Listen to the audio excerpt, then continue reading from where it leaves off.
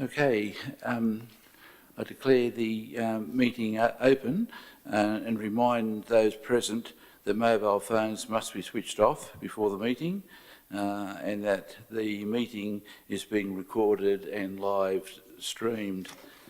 Acknowledgement to country.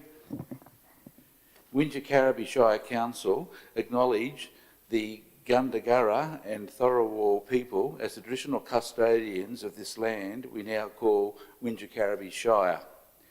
I pay my respects to elders, both past, present and emerging. I would also like to extend my respect to all Aboriginal and Torres Strait Islanders present here today. The civic prayer.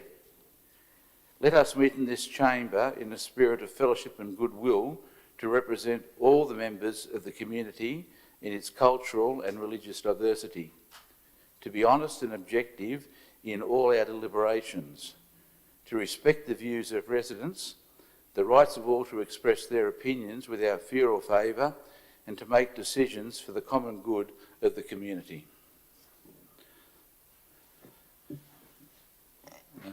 Obviously, there are no apologies. I would now move to item 5, the minutes of the meeting of Council held on 24 March 2021. I move that those minutes be received and declare that carried.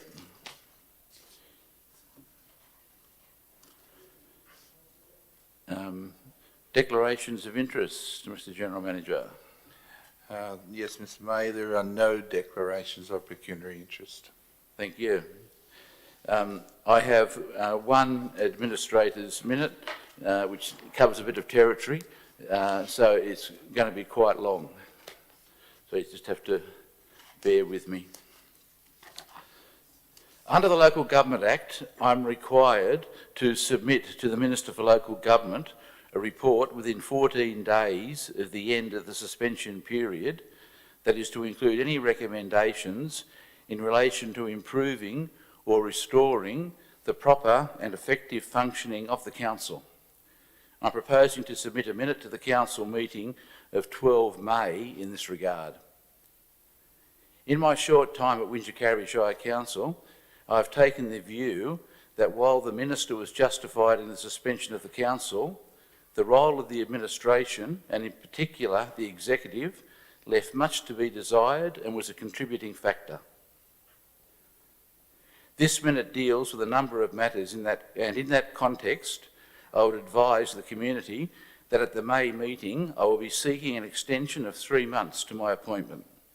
It is important that the Wingecarribee Shire community has renewed confidence and trust in the Council before the September 2021 elections. Time is short and there's much to be done. The departure of the former General Manager and the 2 Deputy General Managers allows for a refresh of the Executive. It is also my view that the Council's organisation structure needs attention as it is both cumbersome and complex. Roles are just not understood, and in some areas, and from a resident's point of view, it's very difficult to navigate. 46 applications for the role of General Manager were received. However, based on their responses to the criteria, etc., I was not confident in making a suitable appointment.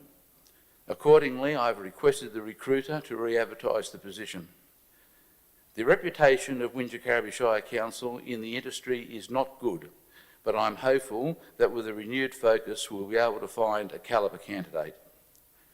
There will be a stronger emphasis in responding to the essential criteria, and some earlier applicants will be encouraged in that regard. Leadership, involvement of the community, the urgent need for change, respect and readiness for the incoming Council in September will be highlighted. I have now started my consultations with the villages in the Shire. In undertaking the visits, I am very conscious that not all organisations and groups speak for all residents, so the community can be assured of a balanced approach. A request of the Acting General Manager has already been made for Council to improve and make easier contact with the administration, and I propose a position of Village Coordinator. Apparently there's already a role in the organisation that deals with some village committees and the booking of halls that could possibly assist, and I look forward to advice to the May meeting in that regard. Pardon me. Numerous people have contacted me across the Shire with a myriad of issues. Frankly, it's been a little overwhelming. A consultant has now been retained for planning and development matters, and all staff matters, present and former, are now being dealt with by the Acting General Manager. I have little confidence that the suspended and resigned councillors or the former executive handled many of the matters, issues, complaints well. That is not to say they didn't do their best, but in my view in this area the community has been badly let down. The recent New South Wales Ombudsman's report could be used as a very high level case study. With the 2021-22 budget now being prepared by staff, I have asked the Acting General Manager to provide funds for an internal Ombudsman. There are many models in the New South Wales local government on how best to provide such a service, and no doubt these will be explored in any report presented to the Council. To guarantee independence, I favour a role that is remote of the Mayor or the General Manager. Scoping, or lack of major projects seems to be a problem for the Council. In relation to Station Street, it has been mentioned in nearly every consultation I've had with residents and community groups. I've listened and passed all information and my visits and my views to the Acting General Manager, and he advises me that he will present a report to the May meeting fully detailing the matter with professional justification and recommendation. The Southern Highlands Innovation Park is obviously of a regional significant matter that appears to me to be lacking in a strategic approach on the part of the Council. While major transport infrastructure upgrades are planned, including of course the Moss Vale bypass and the new Berrima rail overpass, a holistic master plan and servicing strategy is required to unlock its potential. The Acting General Manager has informed me that he is now seeking funding from government to develop a master plan which will unlock the potential of the precinct and facilitate the aims and objectives of the South Eastern Tablelands Regional Plan. With such matters, it is important that the community knows where the Council is up to, and no doubt further reports will be submitted by staff at an appropriate time. I am very conscious of the dissatisfaction on behalf of a number of users of the Bowral Memorial Hall and their accusations of a lack of consultation on the part of the Council. The Council at its last meeting prior to suspension accepted a tender. However, it has not been signed, and the staff have requested that the matter now be deferred for a month to allow them the opportunity of more consultation with users. I have also met with users and, without building any expectations whatsoever, support the staff's view in the hope that an alternate design outcome can be achieved. I'm determined to address a lot of matters in my time at Wingecarribee Shire Council and am seeking professional and technical advice both internally and externally. The Council has dealt with too many issues, particularly with Station Street, in closed council, workshops or briefings. In my view, this has led to a loss of confidence in the community, and I have now taken the decision to open all files to interested residents on the Station Street matter to ensure that Council is open, transparent and honest in all its dealings. Yesterday, the Small Business Commissioner visited the Shire and led consultations in Bowral, Robinson and Moss Vale. The Commissioner was responding to a formal request from the Assistant Treasurer. I attended all the consultations and the problems in dealing with the Council were again highlighted. The Commissioner indicated that his report will be presented to the Minister within 4 weeks, And while I look forward to his independent findings, based on yesterday's evidence, it will not make good reading from a council reputation perspective. Other matters I've sought advice and report to council will include opening of the Traffic Committee, councillor briefings and workshops to the public, and a review of council's communication and media strategies, or policies, I'm sorry. The Acting General Manager advised me this morning that it has been revealed to him that community satisfaction surveys have been conducted for a number of years. However, while reports are on council's website, the results have never been formally reported to council or recommendations implemented. To say we are both amazed would be an understatement. Such matters should be reported to councillors and staff in a public open forum such as a council meeting, and under my watch this will be happening at the May meeting. Recently I met with the chair of the Southern Highlands Food and Wine Association and was briefed on its work. Branding of the Southern Highlands as a major wine provider needs reworking, and I have agreed to contribute up to $5,000 in this regard on a dollar-for-dollar basis to retain a consultancy. I see this as a small first step for council in a rebuilding of its failed relationship with small business. The opportunity is also taken in this minute to thank the Acting General Manager and staff generally for their assistance to date. Some tough decisions are being made. I know that some of my requests for information are placing demands on the staff, in addition to the importance of them carrying out the business as usual function of the council. And I must say I'm appreciative of all the staff, and if you can convey to the staff at all levels, I know that I'm being demanding with a lot of stuff I'm asking for, and we're setting a pretty hectic pace, but time is short and we're only going to get one opportunity at this. I move that the minute be received and noted and declare that carried.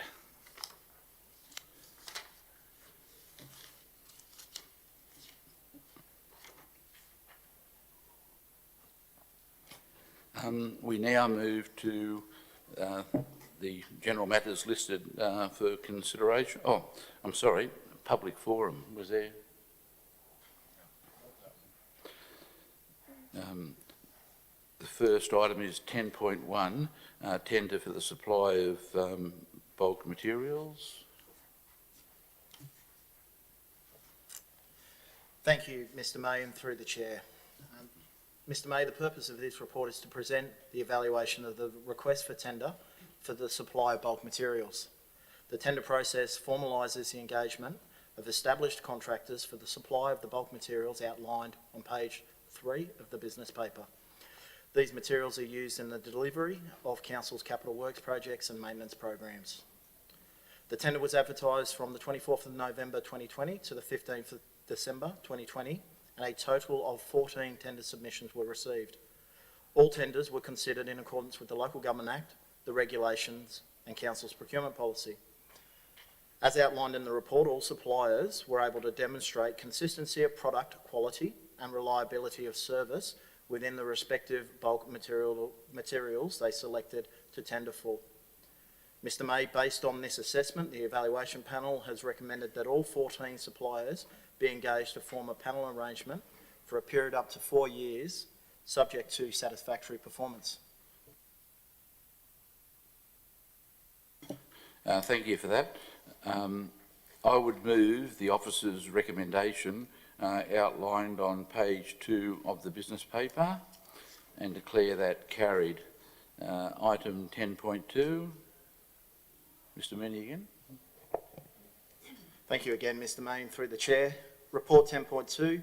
The purpose of this report is to present the evaluation of the request for tender for the acquisition of emergency generators for the Wingecarribee water treatment plant and 2 critical water pump stations. Council has progressed a number of resilience projects which are aimed at ensuring long-term water supply and continuity. This includes the installation of permanent backup generators at 2 critical water pumping stations and, as I have mentioned, the Wingecarribee water treatment plant. The tender was advertised from the 9th of February 2021 to the 9th of March 2021. A total of 4 tender submissions were received, with 1 tender considered non-compliant. Again, all tenders were considered in accordance with the Local Government Act, the regulations and Council's procurement policy. The tender pricing ranged from $1.56 million to $2.87 million. The tender evaluation panel have recommended Essential Power Systems Proprietary Limited, who have provided evidence of delivering similar sized projects and at the same time provided a competitive price for the works, which is within budget for the overall project. Thank you. In the future, is it possible to have the range of tender noted in the advices? We'll certainly take that on board, Mr Mayor, and make sure that happens in the future. Yeah, and on this occasion, I know I didn't raise it with the earlier matter because I know that it's be a lot of different prices and it's be impossible to do that. But in opening these tender documents, dealing with them in open council, I think the community is entitled to also know the highest and lowest in the range of tender. So can we build that into the minutes for item 10.2? That doesn't need anything formal, just that you advised. If that you manage that? Okay. In relation to item 10.2, I move the officer's recommendation on page 8 of the business paper and declare it carried.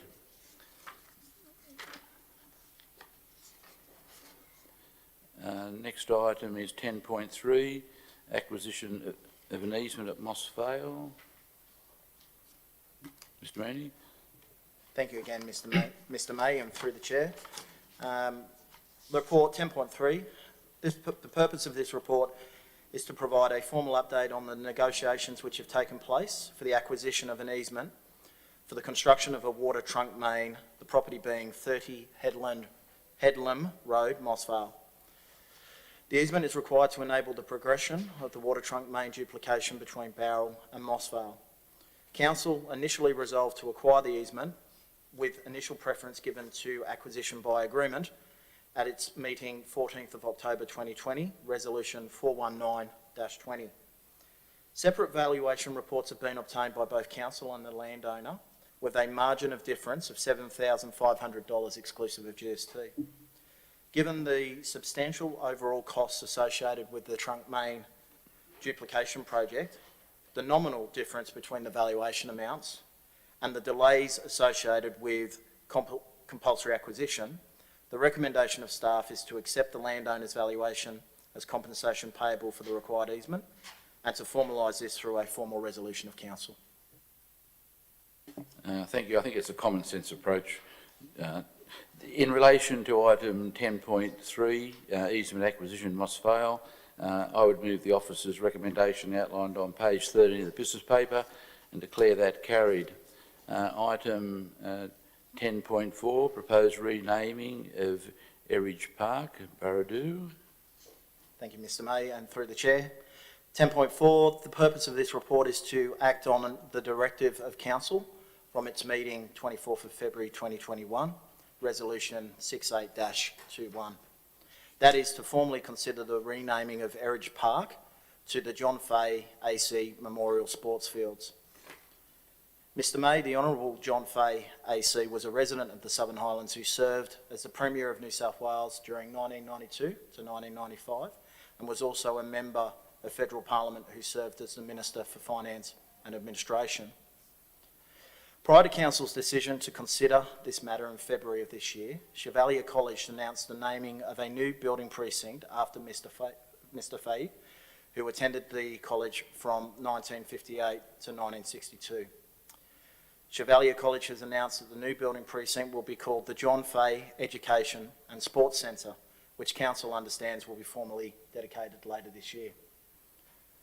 In light of this decision, and the Geographical Naming Board's position that the duplication of place names should be avoided due to the significant challenges this creates in emergency situations, the Council retain the current naming of Eridge Park. Thank you. Look, this is a difficult one, but in a nutshell, I think you've been beaten to the punch. I've visited both sites, and I thank the staff for taking me down there and explaining to me the options and the opportunities, but whilst I regret having to do this, I see no other option than to adopt the officer's recommendation.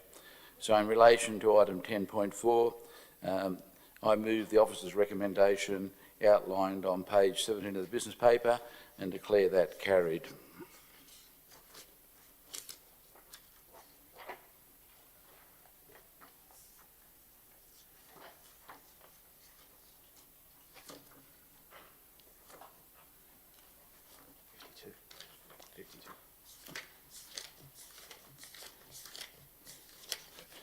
Okay, pardon me, investment report. Mr. Mooney. Thank you, Mr May, and through the Chair. 10.5, the investment report. This report presents Council's investment portfolio as at 31st of March 2021. Council's total investment portfolio at the end of the March period was $183.5 million. Council's investment portfolio has decreased by $1.6 million since the February reporting period. The decrease primarily relates to operational and capital expenditure payments made during that period. Adjustments to the 2021 budget in relation to investment income has been considered and will be presented for formal consideration as part of the March quarterly review of the 2021 budget, and that will be largely to reflect deteriorating investment rates that are being obtained. Will the quarterly review be coming to the May meeting? That is correct, Mr May. It's going to be a big meeting. In relation to the investment report, March 2021, I would move the officer's recommendation outlined on page 52 of the business paper and declare it carried. Next item is item 11.1, review of charter and membership of the Audit, Risk and Improvement Committee. Thank you, Mr May, and through the Chair. As a part of a broader organisational review program, at the Council meeting held on the 17th of March, the Interim Administrator requested a review of the charter and membership of the Audit, Risk and Improvement Committee to be reported to today's Council meeting. The charter and committee membership was reviewed in consideration of the Office of Local Government's discussion paper, a new risk management and an internal audit framework for local councils in New South Wales, which was issued in September 2019. As well as the terms of reference for other New South Wales councils who already reflect the requirements of section 428A of the Local Government Act, which are yet to commence. Key changes proposed to the charter and membership include: the charter will be now referred to as a terms of reference as per the Office of Local Government guidelines. To ensure independence of the committee, councillors will no longer be able to sit on the committee. A broadened scope of roles and responsibilities are included in the terms of reference as per the OLG discussion paper. Independent committee members will be paid a fee for their participation in the committee. The fees payable will be the same as those currently paid by the New South Wales Government's pre-qualification scheme. The current fees payable are as followed. For the committee chair, the annual fee will be $16,213. For committee members, it'll be $1,621 per meeting day. Plus, reasonable out-of-pocket expenses will also be reimbursed, and a budget of $40,000 will be included in the 21-22 budget. Thank you for that. I was surprised when I arrived here that members of the Audit Committee weren't paid. And I've met with the Audit Committee. As the report says, 2 have resigned. 1 has stayed on, but we're refreshing the committee. What is happening here should be not seen as any reflection whatsoever on those people who have been very generous with their time. But there needs to be a new approach in how the Audit Committee works, in my view. Can I ask a couple of questions?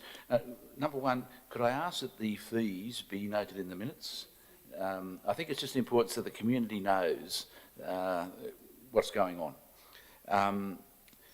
And to make an observation too, why do people say through the chair? I don't know. I've never done it, but Well, I'm not being disrespectful, but it's not necessary. And please, when you come in and out of the chamber, there's no need to bow. I'm just doing my best, if I can put it that way, and having to sit up here I don't like. I'd rather be down at the bottom, as I've said before, but there's no need to bow when you come in out of the chamber. Got a couple of questions. A copy of the, when I was a general manager, the auditor used to give to the mayor a letter, but they'd also give to the general manager a management letter, which the mayor had and the councils had no entitlement to, but the auditor may have had a concern about. Are those letters made available to your audit committee? Through you, Mr. May, I can confirm that's correct. Our management letters have been provided to the committee, the Risk and Audit Committee, for the previous several years. I was going to say, if they hadn't, you'll find when you get this new group, they'll want it. But if that's happening, that's good. And on page 66 of the agenda, you note staff who will attend the meeting. I must say I found the number of staff a little overwhelming and basically a waste of resource. They could be doing other things. If they needed, they could be called in. Is that normal, or? That is consistent with the staff that have previously attended and had a significant number of papers on the agenda, but it's certainly something we can look at paring back. Yeah. Do you think we should amend while we can, the staff attendees? Yes. Because people may, staff may think that they have an entitlement to go. I don't even know whether the general manager needs to be at every meeting. You've got a view on that? My view is totally right. I don't think the general manager should be there unless he's called or she's called by the chair. And I think also with the staff too, I think if they've got a report going to a meeting, they may attend for that section of it and the rest they can go. There's no need for them to be there. Well, my experience was staff were seen but not heard unless asked. And that's, a better way for these committees to run. So, well, look, Would you like a recommendation? yeah, can we move on to the next item, and can someone have a look at mending 3.2, and so I can deal with that matter now. And I apologise for not mentioning it earlier. I guess the ultimate responsibility for that committee sits with the group manager, corporate and community, if that helps form a view. The ultimate responsibility is going to be with the chairman, because Yeah, it's independent, but the servicing of it, I hear what you're saying, but in dealing with these matters at this council, there needs to be a refocus. And that's not to demean anybody, past or present, but there needs to be a total refocus on these matters. So if we can, someone can word something up for me, and you've done it already, have you? What are you talking about?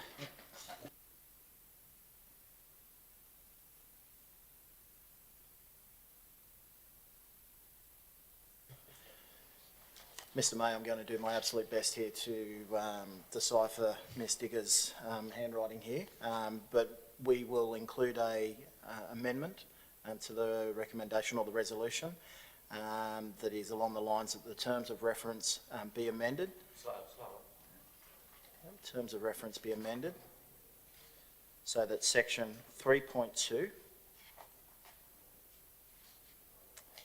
council staff attendees, read that staff may attend meetings at the request and the discretion of the chair. And would welcome your amendments to that, Mr. May. Oh, spot on, thank you. Number 7 then. So I would move the recommendation 1, 2, 3, 4, 5, 6 on page 58 of the business paper, and include number 7 as well, that the terms of reference be amended so that clause 3.2, council staff attendees read that staff may attend meetings at the request and discretion of the chair. I declare that carried.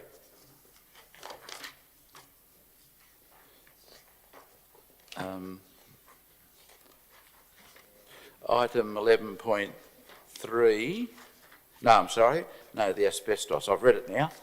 I don't think this needs in the introduction. It had one at the last meeting. I would move the recommendation in relation to the update of the asbestos management policy as outlined on page 74 of the business paper, and declare that carried.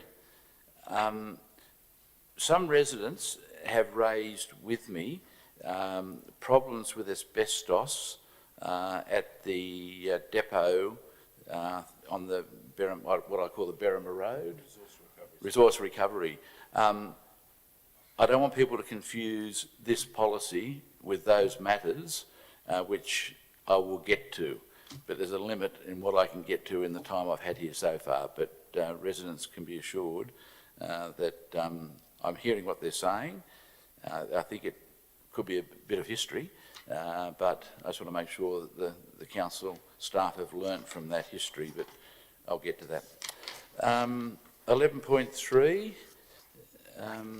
is a report from the new interim independent advisory planning assessment panel. Thank you, Mr May.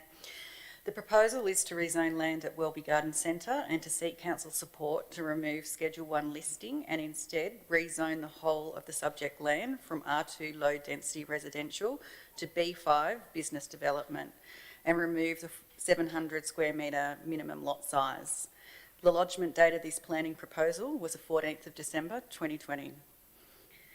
At the panel meeting, it recommended that a planning proposal be prepared under section 3.33 of the Environmental Planning and Assessment Act to amend Schedule 1 of the Wingecarribee Local Environmental Plan 2010 and to remove item 28 and to rezone from R2 low density residential to B5 business development and remove the 400 square metre minimum lot size.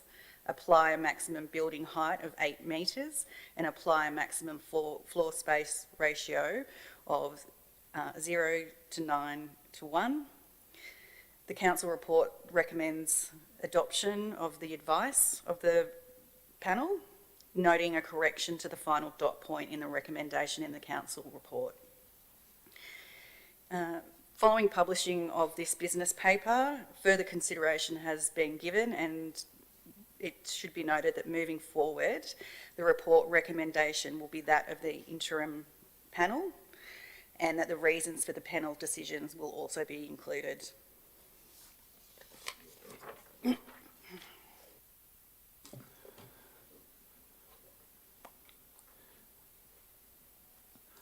So the recommendation on the screen is the recommendation because it clarifies the 0.9 to 1. Yeah. And I totally agree with you in relation to, I found this a bit confusing because there's no longer the staff recommendation, it's the independent panel's recommendation, and I think I agree, because we've had a discussion on this as well, that you need to put just, if the panel agrees with the staff, just simply put that. But I see there's a variation in one of them, and in particularly their meeting there were variations, and for the community, they need to be able to reference the minutes and just see what's going on. By the way, I've had feedback that the panel first meeting went very well. So you can thank the staff who pulled all that together. And also, the date of submission of applications needs to go into the reports too. So no doubt you'll do that. Okay, so I would move Well, actually, I can move the recommendation on the business paper on page 78, noting apply a maximum floor space ratio of 0.9 to 1. So it's fixed? Yep. Okay, declare that carried. Thank you.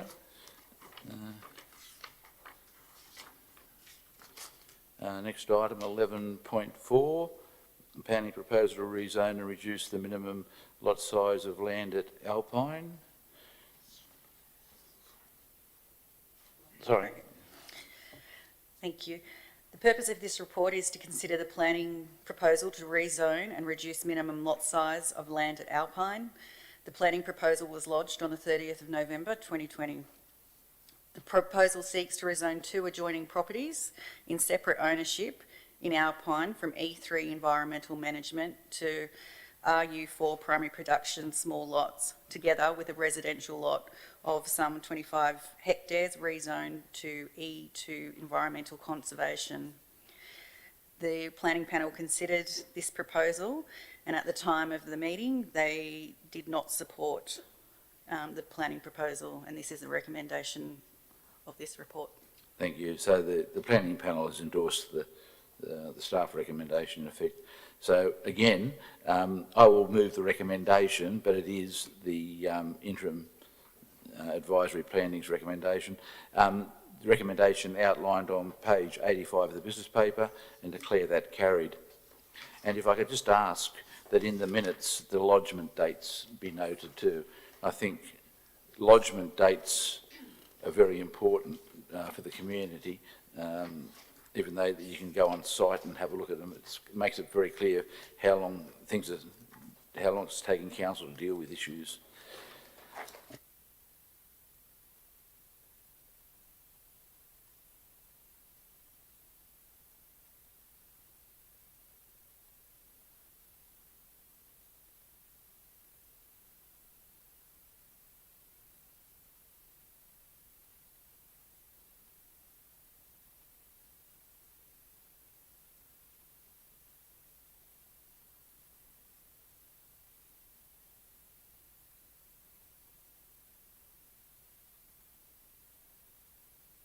Item 11.5 on page 103 of the business paper, planning proposal to rezoning Kirkham Road. Thank you, Mr Mayor. The purpose of this report is to consider a planning proposal seeking to rezone 63 to 69 Kirkham Road, Bowral, from IN2 light industrial to B4 mixed use, and to introduce a maximum height of building of 15 metres and maximum floor space of 1:1 into the Wingecarribee Local Environment Plan. The planning proposal was lodged on the 7th of December 2020. At the meeting, the panel noted the applicant's planning consultant requested a deferral of the matter in order for the applicant to provide further advice on the council report. The planning panel did not consider a deferral appropriate. The panel advice on the planning proposal was not supported. And this is a recommendation of the report. Yeah, thank you. And that's perfect, where you're giving advice of what the panel did. Again, I can move the officer's recommendation. So accordingly, I'd move the officer's recommendation as outlined on page 104 of the business paper 1 and 2, and declare that carried.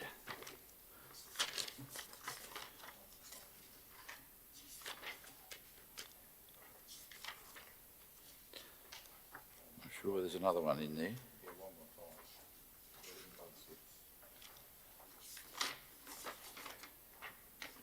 11.6.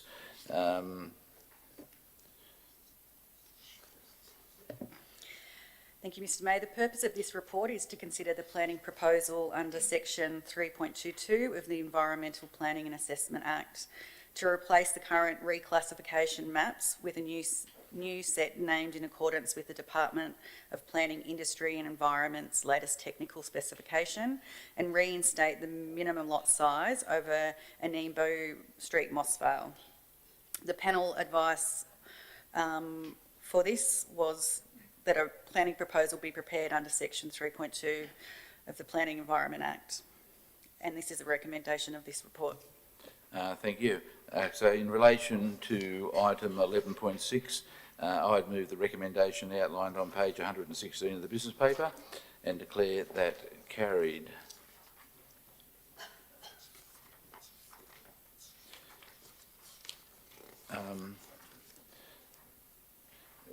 Item 11.7, compliance report on page 121 of the business paper. Thank you. At the meeting on the 13th of May 2020, Council resolved that councillors would be provided with a regular update on compliance activities undertaken by Council, including notices and orders issued. Since this resolution, Council has been provided with updates on the current notices and orders issued in relation to development compliance matters. However, there is no statutory obligation to report these matters to Council. Council's statutory powers in relation to these matters are prescribed under law, and Council's executive team and relevant managers have ultimate oversight of the compliance action undertaken by staff under delegation. Consequently, it's recommended that Council resolve to no longer be provided with a regular update on compliance activities. I would use this as an example, General Manager, of a misunderstanding of a councillor's role and a lack of direction on behalf of the staff in allowing this kind of thing to go onto business papers. Their compliance matters. Councillors, whilst they have an entitlement to it, I don't believe it should be done in such a public fashion, and I totally endorse the recommendation. Accordingly, in relation to item 11.7 of the compliance report, I would move the recommendation outlined on page 121 of the business paper and declare it carried. The next item, 12.1, the petition. I found this very interesting, and I'm really keen to find out how this gets on the business paper. This has been a long-term custom of Council, where it's been included in the Code of Meeting Practice that petitions would be reported to Council. If that's all you want to say, that's all you need to say about this. This matter's been dealt with. It was dealt with by the Independent Planning Panel. So are we organising a review of the code? We are, because of, I don't believe that, I believe that briefings and the like should be open to the public. It provides an opportunity for council to make decisions informally and just endorse them at council meetings when you have briefings and workshops. In relation to this matter, I would not move the recommendation. I will move that the General Manager consider this matter when reporting on a review of Council's Code of Meeting Practice. That's what they call it, isn't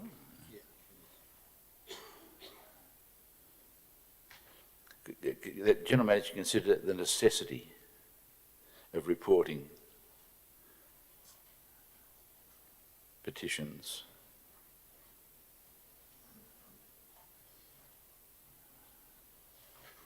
when reviewing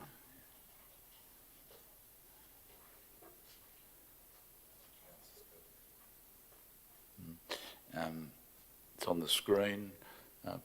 There's been no comment on the new screens, so residents can see what's going on. But I declare that carried.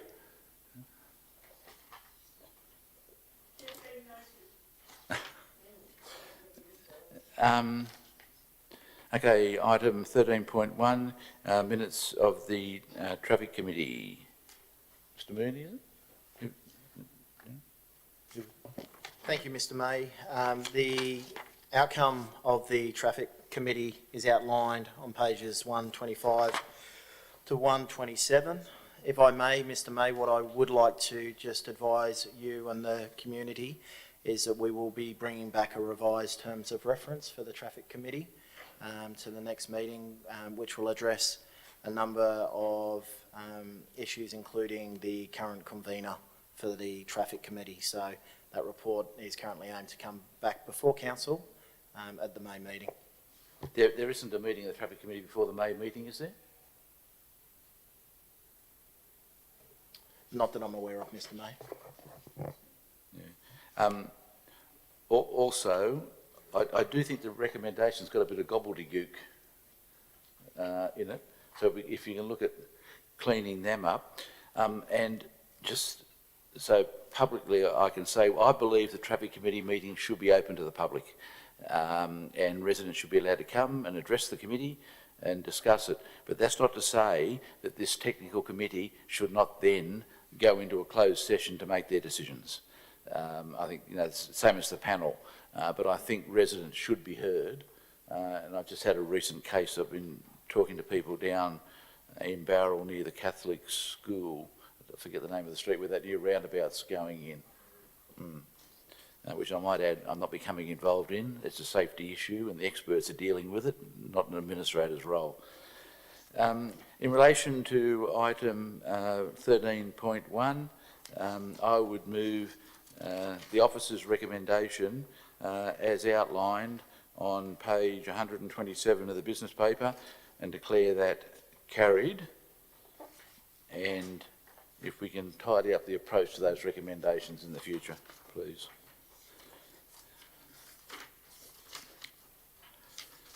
Pardon me. 13.1.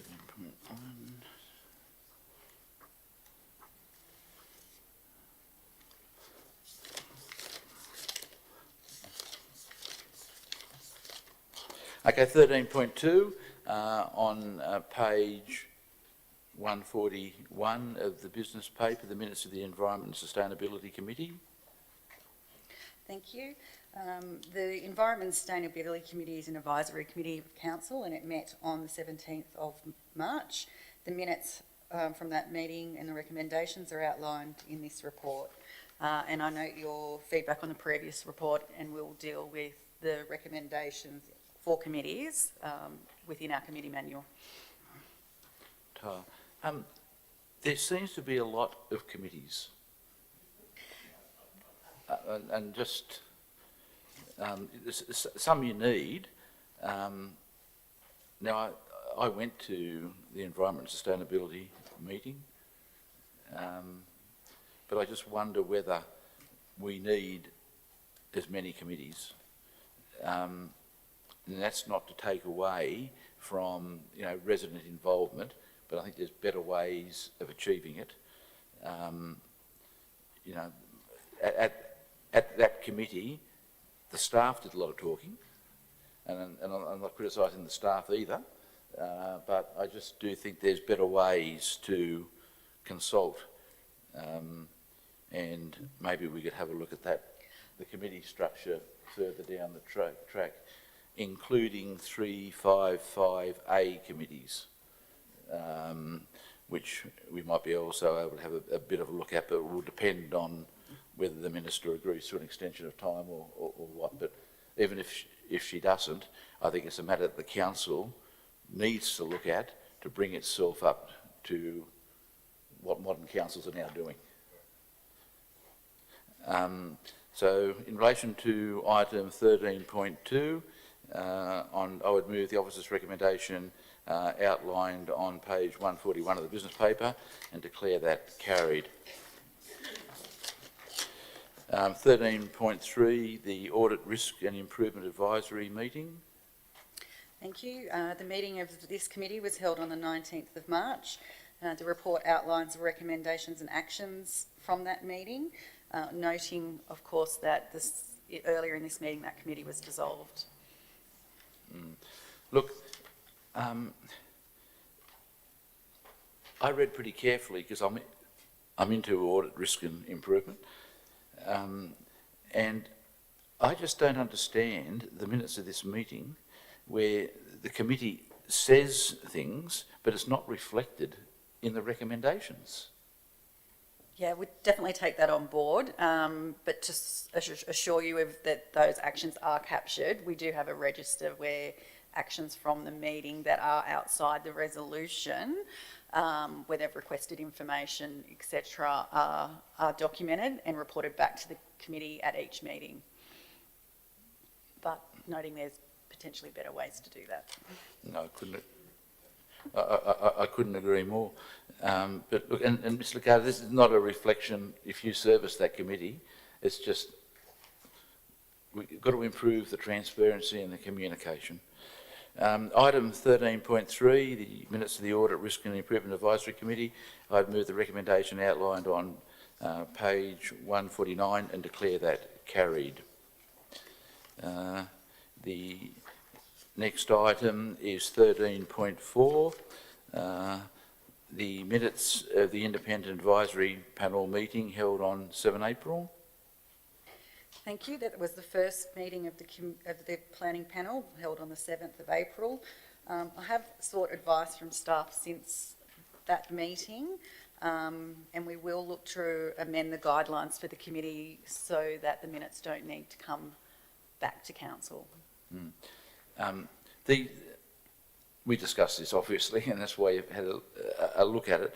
But you know, why have a panel and then rerun it back to the council when the council can't do anything about the panel's determination? And it's on the web. The minutes are on the web the night of the panel meeting, much quicker than the minutes of the council meeting, because the chairman doesn't leave until she signs. So I just don't see the need for this. So if we can amend the rules pretty quickly, it'd be appreciated. Yeah. Okay. So in relation to item 13.4, I'd move the recommendation outlined on page 167 of the business paper and declare that carried. I think that's it. Okay, I thank everybody for coming. We have covered a bit of territory tonight, particularly in the minute, and I just give notice that the May meeting will have a lot of information for residents on it, including hopefully the reports, independent reports that we're having done at the moment on finance, on governance, and on development matters. Mr McMahon's report on Station Street will be there, and some other matters behind the scenes we're working on at the moment as well. So thank you all for your attendance and declare the meeting closed.